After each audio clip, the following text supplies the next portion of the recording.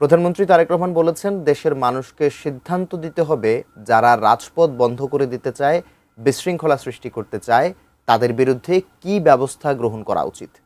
তিনি বলেন, মানুষের ভাগ্য নিয়ে ছিনিমিনি খেলতে দেয়া যাবে না। গিয়াসউদ্দিন মামুনের তোলা ছবিতে চট্টগ্রাম থেকে সহকর্মী মনিরুল ইসলাম মিন্টুর পাঠানো রিপোর্ট। রোববার সকাল 10:30টায় প্রধানমন্ত্রী তারেক রহমান হেলিকপ্টার যোগে ঢাকা থেকে কক্সবাজারের মহেশখালী পৌঁছান। তিনি মাতারবাড়ি গভীর সমুদ্রবন্দর, কয়লা বিদ্যুৎ প্রকল্প এবং মহেশখালী সমন্বিত উন্নয়ন কর্তৃপক্ষ মিডার কার্যক্রম পরিদর্শন করেন। সন্ধ্যায় চট্টগ্রামের হাটহাজারী কলেজ মাঠে সাম্প্রতিক বন্যায় ক্ষতিগ্রস্তদের মধ্যে গৃহ হস্তান্তর ও ত্রাণ বিতরণ অনুষ্ঠানে যোগ দেন প্রধানমন্ত্রী তারেক রহমান। এ সময় তিনি অভিযোগ করেন, কয়েকটি রাজনৈতিক দল রাজপথে বিশৃঙ্খলা সৃষ্টির চেষ্টা করছে। দেশের জন্য কাজ করতে গিয়ে, দেশের মানুষের জন্য কাজ করতে গিয়ে আমরা দেখছি কিছু সংখ্যক মানুষ আছে, এই বাংলাদেশে কতগুলো রাজনৈতিক দল আছে, আমরা দেখছি যে তারা রাজপথে বিশৃঙ্খলা সৃষ্টির চেষ্টা করছে।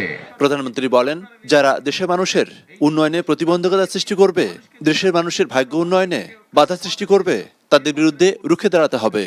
এই গুপ্ত বাহিনীকে আমরা আবারও পরবর্তীতে দেখেছি যে 96 সালে আবার দেশের মানুষের সাথে গাদ্দারি করে তারা আবার স্বৈরাচারের সাথে হাত মিলিয়েছিল, গণতন্ত্রের বিপক্ষে তারা অবস্থান করেছিল। প্রিয় ভাই বোনেরা, আজকে আবারও এই গুপ্ত বাহিনীদেরকে আমরা দেখছি যে তারা মানুষকে বিভ্রান্ত করছে, মানুষের সঙ্গে মিথ্যা কথা বলছে, তারা বিশৃঙ্খলা তৈরির চেষ্টা করছে। এর আগে দুপুরে চট্টগ্রামের বাঁশখালীতে একই ধরনের কর্মসূচিতে অংশ নেন প্রধানমন্ত্রী। সাম্প্রতিক বন্যায় ক্ষতিগ্রস্তদের জন্য ঘরের আনুষ্ঠানিক উদ্বোধন করেন। এরপর সেখান থেকে বাহারছড়া সমুদ্র সৈকতে আরেকটি অনুষ্ঠানে যোগ দেন প্রধানমন্ত্রী।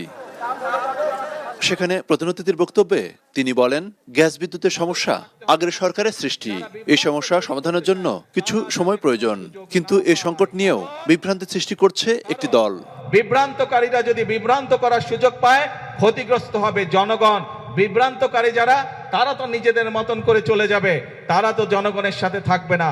সেই জন্য প্রিয় ভাই বোনেরা, আজকে আমাদেরকে সিদ্ধান্ত নিতে হবে, আজকে বাংলাদেশের মানুষকে সিদ্ধান্ত নিতে হবে যে আমরা কি আমাদের দেশকে এগিয়ে নিয়ে যাব, নাকি আমরা ঝগড়া ফ্যাসাদে লিপ্ত থাকব, নাকি আমরা বিভ্রান্তকারীদের সাথে থাকব। প্রধানমন্ত্রী জানান, চলতি অর্থবছরে 41 লাখ পরিবারের মায়ের হাতে তুলে দেওয়া হবে ফ্যামিলি কার্ড। সমুদ্র সৈকত ব্যবহার করে কিভাবে মানুষের কর্মসংস্থান করা যায়, সেই পরিকল্পনা নেওয়া হচ্ছে। এই লবণ চাষী ভাই যারা আছে, তাদেরকেও ইনশাআল্লাহ আমরা ফ্যামিলি কার্ড তাদের হাতে পৌঁছে দিব। এবং এখানে একটি কথা এসছে যে লবণের মূল্য নির্ধারণ করে দেওয়া। আলোচনা করে আমরা ইনশাআল্লাহ লবণের মূল্য নির্ধারণ করেছি, যে মূল্য পেলে লবণ চাষী ভাইদের স্বাবলম্বিতা, অর্থনৈতিকভাবে তারা সচ্ছল হবে আস্তে আস্তে। ইনশাআল্লাহ আগামী কিছুদিনের মধ্যে আমরা সেই দামটি আমরা সকলকে জানিয়ে দেব। এরপর বাঁশখালী থেকে প্রধানমন্ত্রী হেলিকপ্টারে ফটিকছড়ি যান। প্রধানমন্ত্রী তারেক রহমান তার বক্তৃতায় ফ্যামিলি কার্ড, কৃষক কার্ড সহ তার সরকারের নেওয়া বিভিন্ন উন্নয়ন কর্মসূচি আবারও তুলে ধরলেন। পাশাপাশি বললেন, একটি ভঙ্গুর অর্থনীতির মধ্য দিয়ে শুরু করা বর্তমান সরকার আধুনিক একটি বাংলাদেশ গড়ার জন্য জাতীয় এবং আন্তর্জাতিক নানা সংকট এবং চাপ মোকাবেলা করেই কাজ করছে। এক্ষেত্রে চট্টগ্রামকে নিয়ে বিশেষ পরিকল্পনা রয়েছে সরকারের। Monirul Islam Mintu, ATN news, বাহারছড়ি, Banshkhali, Chittagong.